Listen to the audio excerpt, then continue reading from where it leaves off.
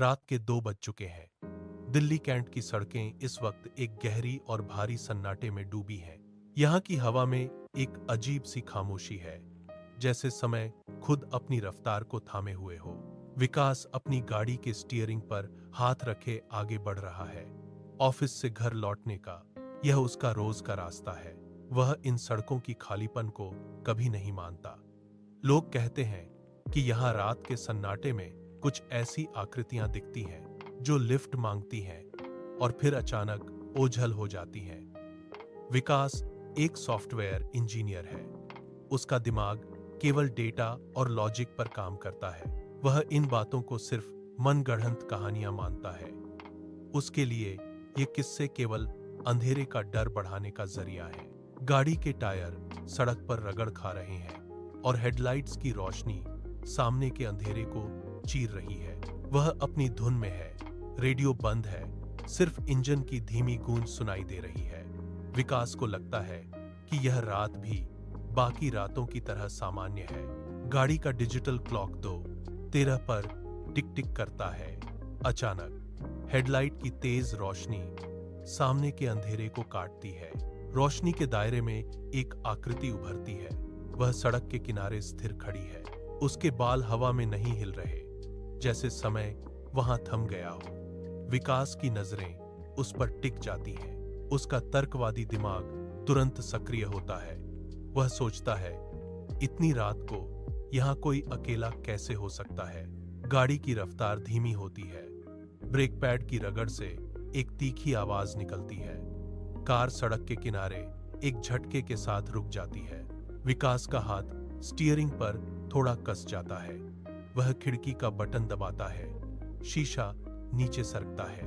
बाहर की ठंडी हवा अंदर आती है, जो अचानक से केबिन का तापमान गिरा देती है। विकास बाहर की तरफ देखता है। उसकी सांसें एक पल के लिए थम जाती हैं। वह अपनी आवाज को सामान्य रखने की कोशिश करता है और पूछता है, कहां जाना है। उसकी आवाज रात के सन्नाटे में गूंजती है, लेकिन बाहर से कोई जवाब नहीं आता। बिना किसी शब्द के वह आकृति धीरे से आगे बढ़ती है। कार का पिछला दरवाजा बिना किसी आवाज के खुलता है और फिर बंद हो जाता है। विकास के कानों में उस दरवाजे के बंद होने की धातुई खनक गूंजती है। वह पीछे मुड़कर देखने की कोशिश करता है, लेकिन उसकी गर्दन जैसे पत्थर की हो गई है। कार के अंदर का तापमान अचानक गिर जाता है। डैशबोर्ड की रोशनी मध्यम पड़ जाती है। विकास का हाथ गियर लीवर पर कांपता है। वह उसे फर्स्ट गियर में डालता है। इंजन की आवाज अब पहले से कहीं ज्यादा भारी और दबी हुई सुनाई दे रही है। वह अपनी नजरें सामने की सड़क पर टिकाए रखता है, लेकिन रियर व्यू मिरर में उसे केवल अंधेरा दिखाई देता है। कार धीरे धीरे आगे बढ़ती है। टायर सड़क की कंक्रीट पर घिसटते हुए एक अजीब सी कर्कश आवाज पैदा करते हैं। विकास के माथे पर पसीने की बूंदें उभर आती हैं।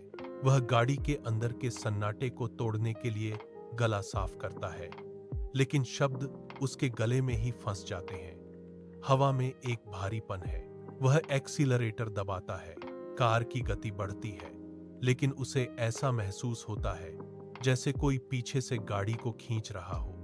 वह बस अपनी नजरें सामने की सड़क पर जमाए रखता है। विकास के हाथ स्टीयरिंग पर कस जाते हैं। एक अजीब सी बेचैनी उसे पीछे देखने पर मजबूर करती है। वह अपनी नजरें धीरे से रियर व्यू मिरर की ओर ले जाता है। डैशबोर्ड की नीली रोशनी मिरर पर पड़ती है। वह पीछे की सीट पर देखता है। सीट खाली है। विकास की पलकें झपकती हैं। उसे लगता है कि शायद अंधेरे के कारण वह देख नहीं पा रहा। वह फिर से गौर से देखता है। वहां कोई नहीं है, केवल खाली सीट का चमड़ा चमक रहा है। उसका दिल पसलियों से टकराने लगता है। वह तुरंत ब्रेक पर पैर रखता है। टायर सड़क पर घिसटते हुए एक तीखी आवाज के साथ रुकते हैं। कार के रुकते ही इंजन की गड़गड़ाहट भी शांत हो जाती है। केबिन के अंदर अब सिर्फ उसके अपने भारी सांस लेने की आवाज गूंज रही है। वह दरवाजा खोलता है और बाहर कदम रखता है। बाहर का सन्नाटा कान फोड़ने वाला है। दिल्ली कैंट की वह सड़क अब एक कब्रिस्तान की तरह शांत है। वह पिछली सीट का दरवाजा खोलता है। अंदर कुछ नहीं है, बस एक ठंडी लहर उसके शरीर को छूकर निकल जाती है। विकास कांपते हाथों से कार का दरवाजा बंद करता है। वह वापस ड्राइवर सीट पर बैठता है। जैसे ही वह चाबी घुमाने के लिए हाथ आगे बढ़ाता है, उसे अपनी दाईं ओर एक भारीपन महसूस होता है। वह अपनी गर्दन धीरे से घुमाता है। बगल वाली सीट पर वह औरत बैठी है। वह इतनी करीब है कि उसकी ठंडी, बर्फीली सांसें विकास के गालों से टकरा रही हैं। कार के अंदर की हवा अचानक जम गई है। विकास का हाथ स्टीयरिंग पर ही स्थिर हो जाता है। वह हिलने की कोशिश करता है, लेकिन उसकी मांसपेशियां जैसे पत्थर की हो गई हैं। वह चिल्लाना चाहता है, पर गला पूरी तरह सूख चुका है। औरत धीरे धीरे अपना चेहरा ऊपर उठाती है। विकास की नजरें उसकी आंखों पर टिक जाती हैं। वहां आंखों की जगह दो गहरे काले गड्ढे हैं। उसकी त्वचा जगह जगह से फटी हुई है, जैसे वह किसी पुरानी कब्र से बाहर आई हो। वह औरत विकास की ओर झुकती है। उसके फटे हुए होठों के बीच से एक अजीब सी खड़खड़ाहट वाली आवाज निकलती है। विकास के शरीर कांपना बंद कर देते हैं। वह पूरी तरह से जम चुका है। औरत के फटे हुए होंठ धीरे से हिलते हैं। एक विकृत टेढ़ी मुस्कान उसके चेहरे पर फैलती है। वह विकास के कान के बिल्कुल करीब झुकती है। उसके गले से एक सूखी, खड़खड़ाती हुई फुसफुसाहट निकलती है, जो कार के बंद केबिन में गूंज उठती है। वह कहती है, तुमने मुझे उस रात भी ऐसे ही छोड़ा था। विकास के दिमाग में एक बिजली सी कौंधती है। सालों पहले की एक धुंधली रात उसकी आंखों के सामने तैर जाती है। बारिश हो रही थी। सड़क पर एक दुर्घटना हुई थी। उसने अपनी गाड़ी रोकी थी, लेकिन मदद करने के बजाय उसने डर के मारे एक्सीलेटर दबा दिया था। वह दृश्य खून से लथपथ सड़क और एक महिला का हाथ जो मदद के लिए हवा में उठा था, विकास की यादों में ताजा हो उठता है। वह आज भी वही हाथ देख सकता है। वही बेबसी। विकास का गला सूख जाता है। वह कांपते हुए अपनी नजरें हटाना चाहता है, लेकिन वह औरत उसके चेहरे के और करीब आ जाती है।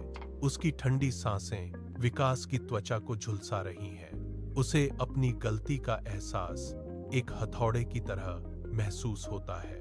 वह उस रात का कायरतापूर्ण फैसला आज उसकी आंखों के सामने खड़ा है। उसका पूरा शरीर पसीने से तर-बतर हो गया है। वह उस अतीत से भाग नहीं सकता, क्योंकि वह अतीत अब उसकी बगल वाली सीट पर बैठा है। अचानक कार का इंजन एक भयानक गड़गड़ाहट के साथ कांप उठता है। विकास का पैर ब्रेक पैडल पर पूरी ताकत से दबा है, लेकिन पैडल पत्थर की तरह सख्त है। कोई प्रतिक्रिया नहीं होती। स्पीडोमीटर की सुई पागलों की तरह भाग रही है। 100, 120, 140। कार सड़क पर एक अनियंत्रित लोहे के पिंजरे की तरह दौड़ रही है। विकास दोनों हाथों से स्टीयरिंग को पकड़कर उसे मोड़ने की कोशिश करता है, लेकिन पहिए किसी अदृश्य ताकत के इशारे पर सीधे दौड़ रहे हैं। कार के अंदर की हवा अब एक बवंडर की तरह घूम रही है। बगल वाली सीट पर बैठी वह आकृति अब स्थिर नहीं है। वह धीरे धीरे अपना सिर पीछे की ओर झुकाती है और एक भयानक गूंजती हुई हंसी कार के केबिन में भर देती है। हंसी की आवाज इतनी तेज है कि विकास के कान के पर्दे फटने लगते हैं। वह अपना सिर स्टीयरिंग पर पटकता है। उसे रोकने की कोशिश करता है, लेकिन कार की गति कम होने का नाम नहीं ले रही है। खिड़कियों के बाहर के पेड़ एक धुंधली लकीर की तरह पीछे छूट रहे हैं। विकास का पूरा शरीर पसीने से भीग चुका है। वह अपनी उंगलियों को स्टीयरिंग पर गड़ा देता है, लेकिन कार की रफ्तार उसे एक विनाशकारी अंत की ओर खींच रही है। केबिन में गूंजती वह हंसी अब और भी विकृत हो गई है। हंसी की गूंज के बीच वह आकृति विकास के कान के बिल्कुल पास झुकती है। उसकी ठंडी आवाज एक बर्फीली सुई की तरह चुभती है। वह फुसफुसाती है, अब इस बार तुम भी नहीं उतरोगे।